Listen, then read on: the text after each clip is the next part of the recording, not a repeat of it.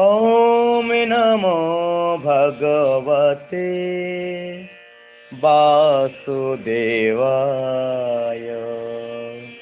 श्रीमद्भागवत माहात्म्यम्। कृष्णं नारायणं वन्दे, कृष्णं वन्दे व्रजप्रियम्, कृष्णं द्वैपायनं वन्दे, कृष्णं वन्दे पृथासुतम्। अथ चतुर्थोऽध्यायः। गोकर्ण उपाख्यान। सूत उवाच।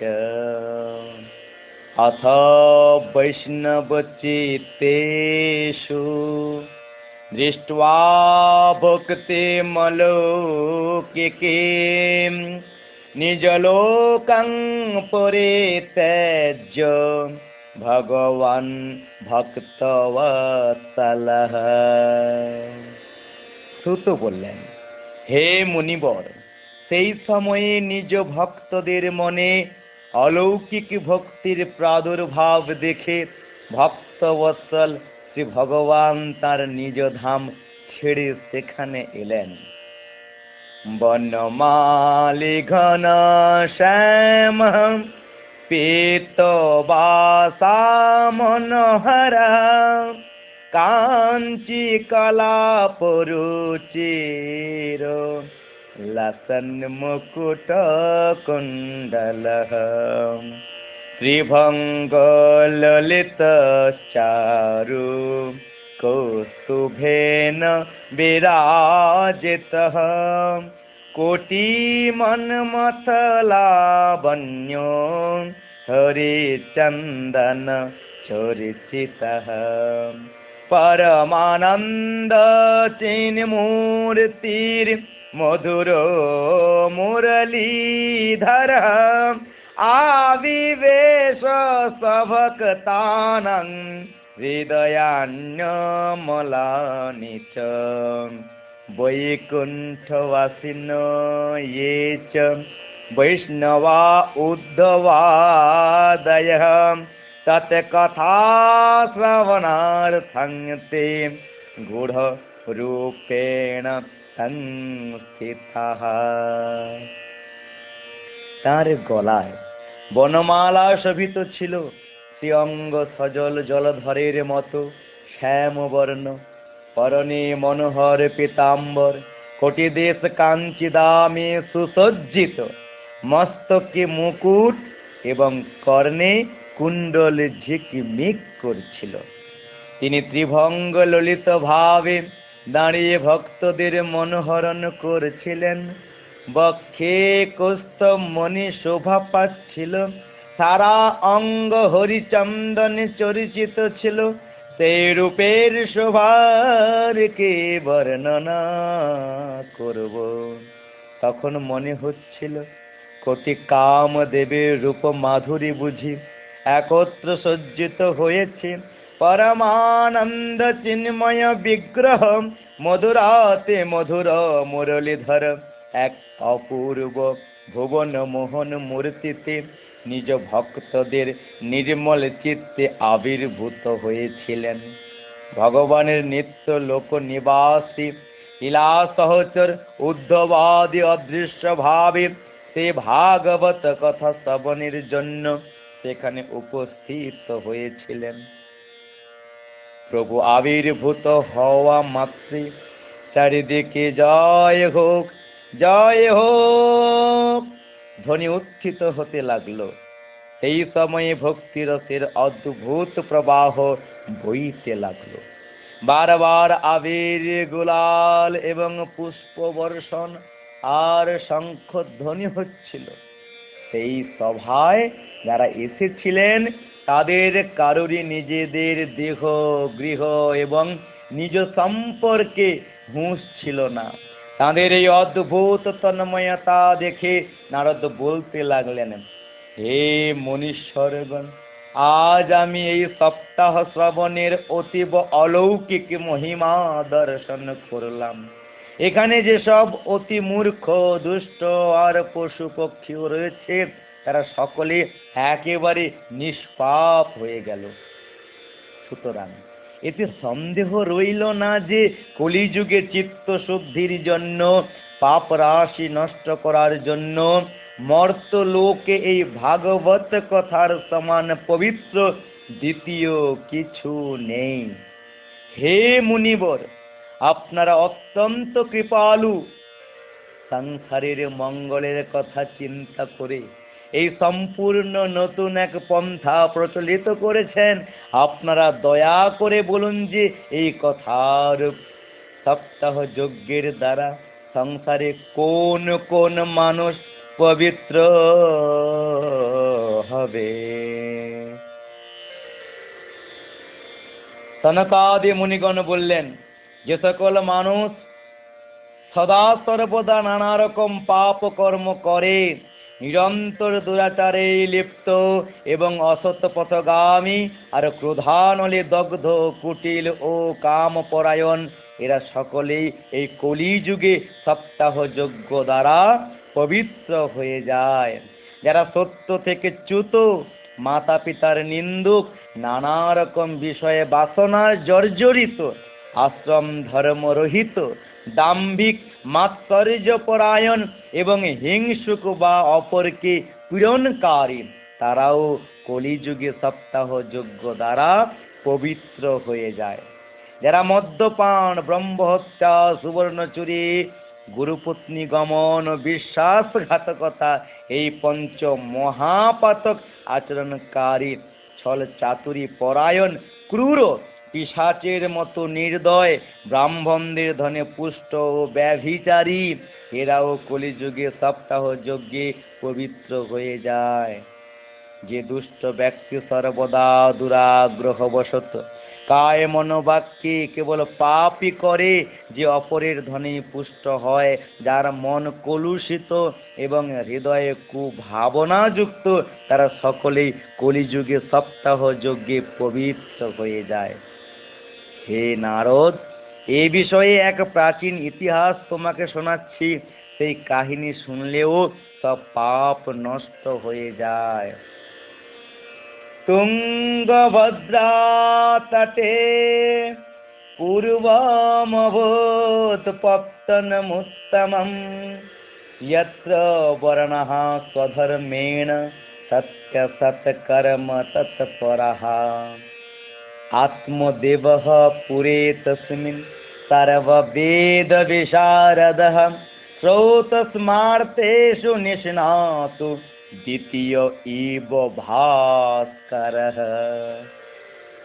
পুরাকালে তুঙ্গভদ্রা নদীর তটে এক অনুপম সুন্দর নগর ছিল।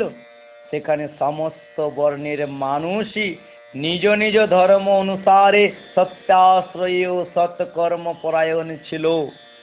সেই নগরে সর্ববেদ বিশেষজ্ঞ এবং শ্রৌত স্মার্ত কর্ম নিপুণ আত্মদেব নামক এক ব্রাহ্মণ বাস করতেন। তিনি দ্বিতীয় সূর্যের মতো তেজস্বী ছিলেন। ধনী হয়েও তিনি ভিক্ষাজীবী ছিলেন। ধুন্ধুলি নামে তাঁর প্রিয়া পত্নী কুলীন এবং সুন্দরী হওয়া সত্ত্বেও জেদি স্বভাবের ছিলেন। পরচর্চায় তিনি খুব আনন্দ পেতেন। স্বভাবে তিনি ছিলেন ক্রূর। সব সময় কিছু না কিছু বক বক করতেন। গৃহকর্মে নিপুণা, কৃপণ এবং ঝগড়াটে ছিলেন। এই ব্রাহ্মণ দম্পতি সুখে থেকে গৃহস্থ জীবন যাপন করতেন। অর্থ ও ভোগবিলাস সামগ্রী তাদের প্রচুর ছিল। ঘরবাড়িও সুন্দর ছিল, কিন্তু তাদের মনে শান্তি ছিল না। যখন এইভাবে বয়স অনেক বেড়ে গেল, তখন সন্তান লাভের জন্য তারা নানা রকম পুণ্য কর্ম করতে আরম্ভ করলেন এবং দিন দুঃখীদের গো, ভূমি, সুবর্ণ ও বস্ত্রাদি দান করতে লাগলেন। এই রকম ধর্ম কর্ম দ্বারা তারা তাদের অর্ধেক সম্পত্তি শেষ করে ফেললেন, তবুও পুত্র বা কন্যা জন্মালো না। ফলে সেই ব্রাহ্মণ খুবই চিন্তিত হয়ে পড়লেন। একদিন সেই ব্রাহ্মণ অত্যন্ত দুঃখিত হৃদয়ে ঘরবাড়ি ছেড়ে বনে চললেন। দ্বিপ্রহর কালে তৃষ্ণার্ত হয়ে তিনি এক সরোবরের কাছে পৌঁছলেন। সন্তানের অভাবজনিত দুঃখে তার দেহ অত্যন্ত কৃশ হয়ে গিয়েছিল। তাই ক্লান্ত হয়ে জলপান করে তিনি ওখানে বসে পড়লেন। প্রায় 1 ঘন্টা পরে ওখানে এক সন্ন্যাসী মহাত্মা এলেন। ব্রাহ্মণ যখন দেখলেন যে সন্ন্যাসীর জলপান শেষ হয়েছে, তখন তিনি তার কাছে গেলেন এবং প্রণাম করে দাঁড়িয়ে দীর্ঘ শ্বাস ফেলতে লাগলেন।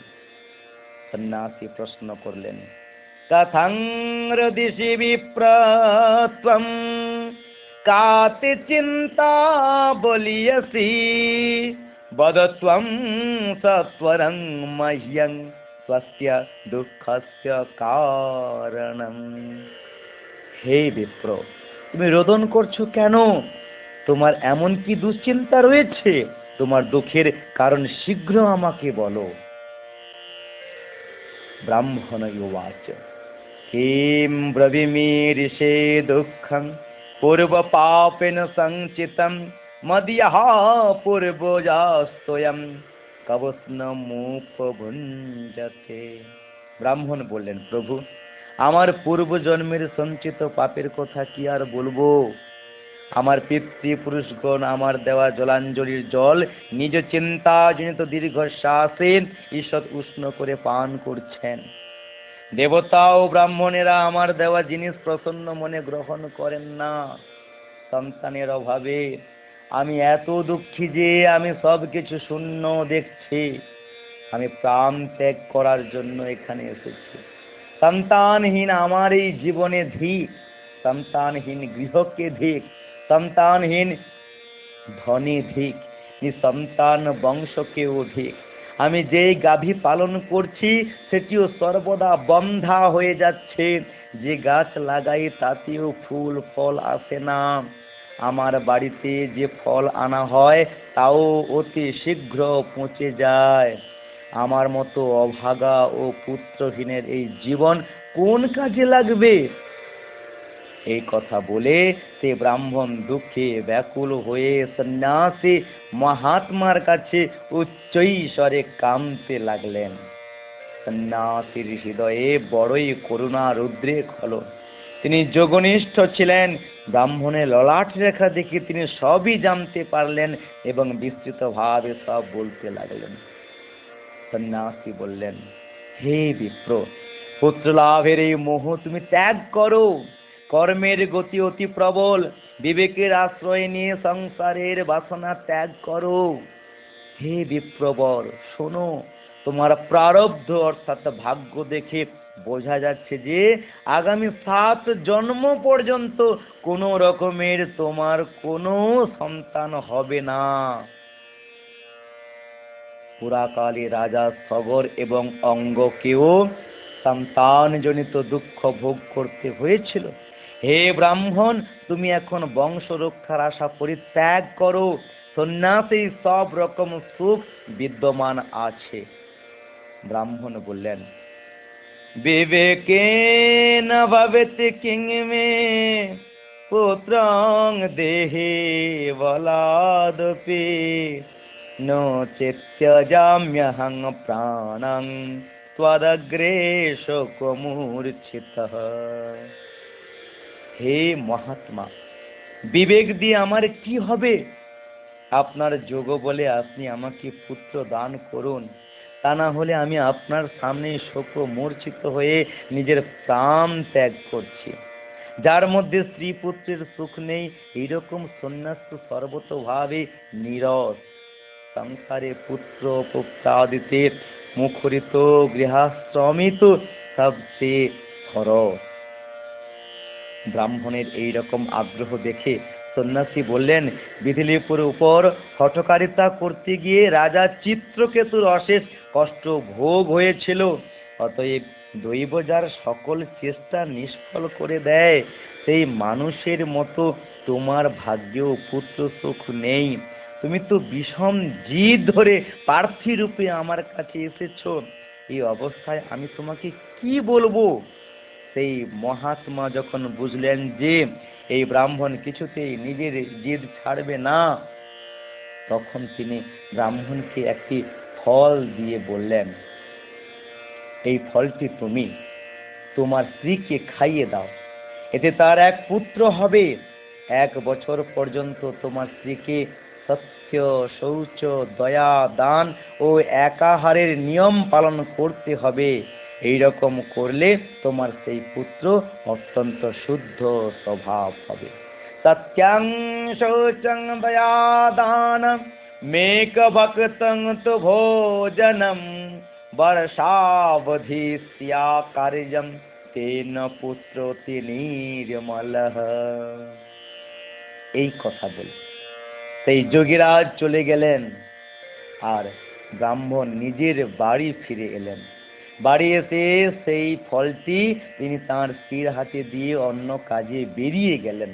তার স্ত্রী তো কুটিল স্বভাবের ছিলেনই, তিনি কাঁদতে কাঁদতে তার এক বান্ধবীকে বলতে লাগলেন, হইল আমার তো বড় চিন্তা হচ্ছে, আমি এই ফল খাবো না। ফল খেলে গর্ভ হবে, গর্ভ হলে পেট বড় হয়ে যাবে, তারপর খাওয়া দাওয়া কমে যাবে, ফলে আমি দুর্বল হয়ে পড়ব।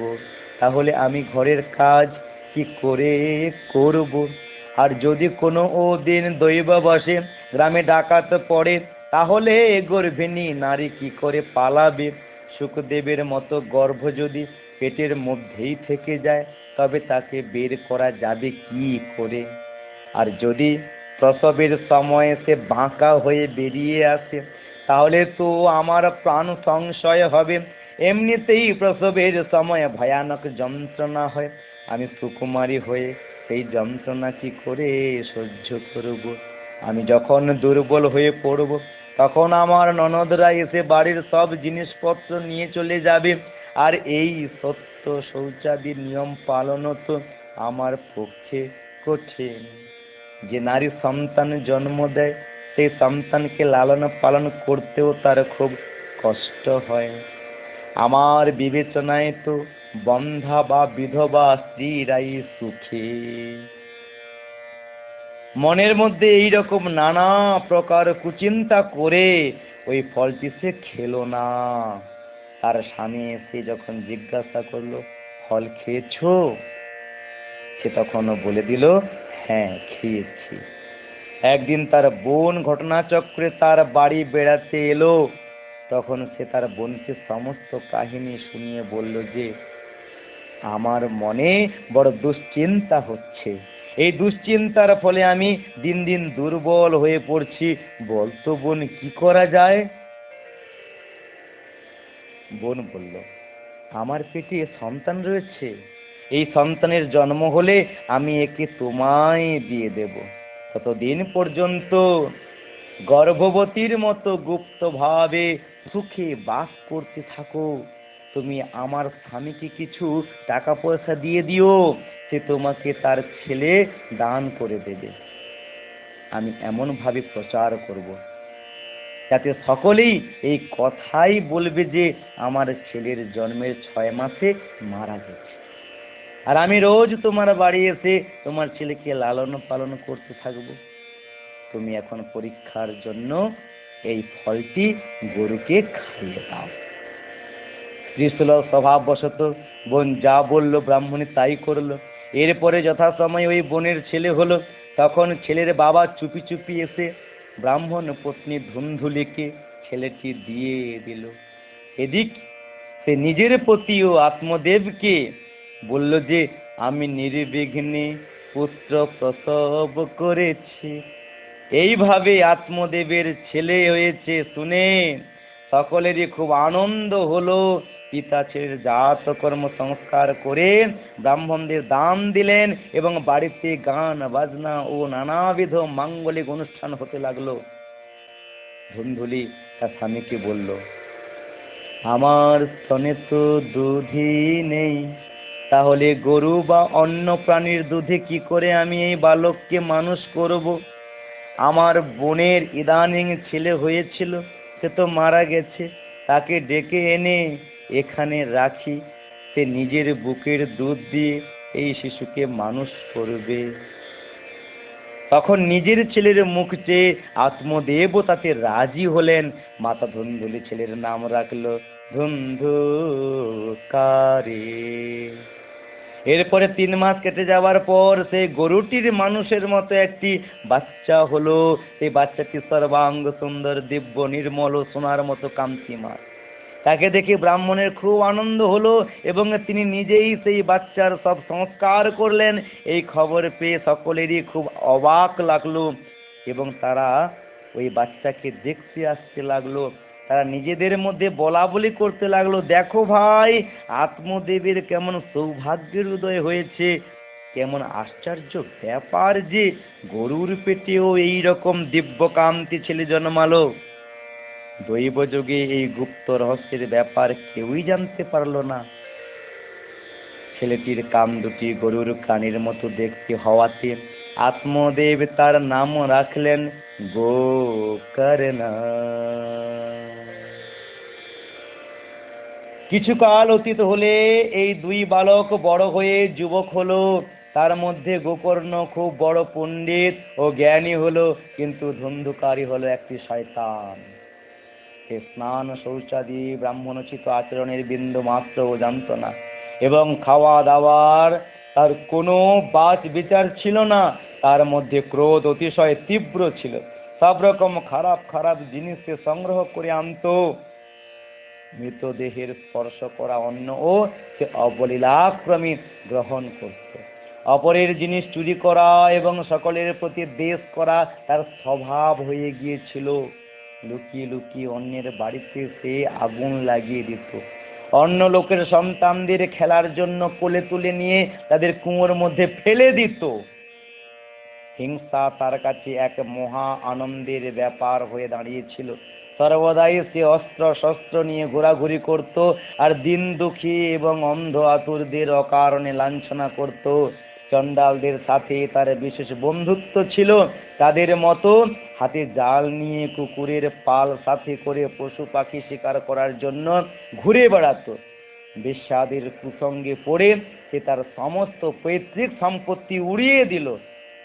একদিন বাবা মাকে মারধর করে বাড়ির সব বাসন কোসন নিয়ে চলে গেল। এইভাবে যখন সব ধন সম্পত্তি নষ্ট হয়ে গেল, তখন তার কৃপণ পিতা উচ্চস্বরে কেঁদে কেঁদে বলতে লাগলেন, এর থেকে তোর মায়ের বন্ধা থাকাই ভালো ছিল। কুপুত্র তো কেবল দুঃখদায়ী হয়। আমি এখন কোথায় থাকব, কোথায় যাব? আমার এই সংকটে কে আমাকে উদ্ধার করবে? হায়, আমার তো এমনই বিপদ হয়েছে যে আমাকে হয়তো একদিন এই জন্যই প্রাণ ত্যাগ করতে হবে। সেই সময় পরম জ্ঞানী গোকর্ণ সেখানে এলেন এবং পিতাকে বৈরাগ্যের উপদেশ দিয়ে অনেকে বোঝালেন।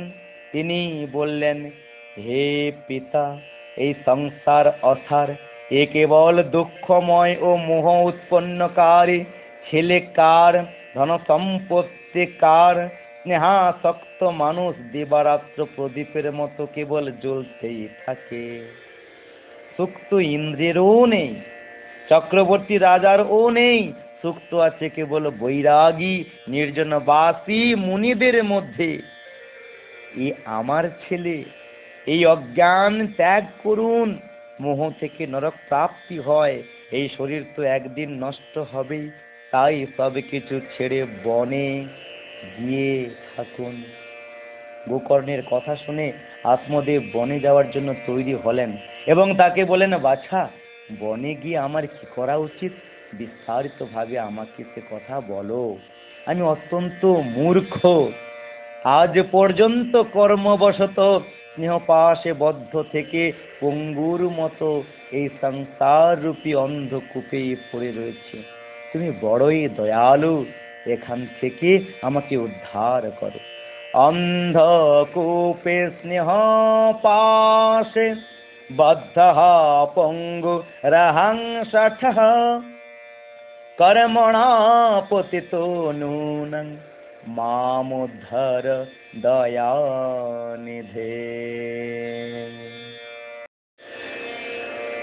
গোকর্ণ বললেন, হে পিতা, এই দেহ, হাড়, মাংস আর রক্তের পিণ্ড, এর প্রতি অহং বুদ্ধি আপনি ত্যাগ করুন এবং শ্রীপুত্রদের উপর কখনো মমতা করবেন না।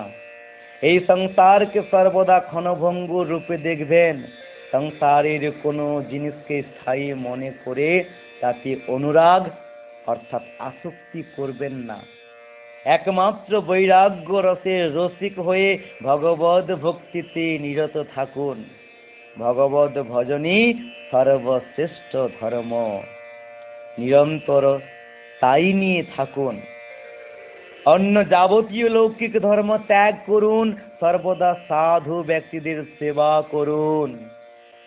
কোন রকম ভোগ বাসনার পাশে বদ্ধ হবেন না এবং যত তাড়াতাড়ি সম্ভব অপরের দোষ গুণ বিচার করা ত্যাগ করে একমাত্র ভগবত সেবা এবং ভাগবতী কথার রসই পান করতে থাকুন। পুত্রের এই উপদেশে প্রভাবিত হয়ে আত্মদেব গৃহ ত্যাগ করলেন এবং বনে গমন করলেন। যদিও তাঁর বয়স তখন 60 বৎসর অতিক্রান্ত হয়েছিল, তবুও বুদ্ধির প্রখরতা পুরোপুরি ছিল। বনে গিয়ে দিনরাত ভগবানের সেবা পূজা করে আর নিয়মিত ভাগবতের 10ম স্কন্ধ পাঠ করে তিনি ভগবান শ্রীকৃষ্ণকে লাভ করেন। এবং সুতোক্তিবশতোপি গৃহং বিহায় यातो वनं स्थिरमतेर् गतषष्टिवर्षः युक्तो हरेरनुदिनं परिचर्ययासो श्रीकृष्णमापनियतं दशमस्य पाठा। श्रीमन् महर्षि वेदव्यास प्रणीत पारमहंसी संहिता श्रीमद् भागवत महापुराणेर श्रीमद् भागवत महात्म्येर विप्रमोक्ष नामक चतुर्थ अध्यायेर बंगानुवाद। ओम तत्सत्। हे कृष्ण करुणा सिंधो दीनबंधो जगत्पते गोपेश गोपिका कंस राधा कंस नमोस्तुते।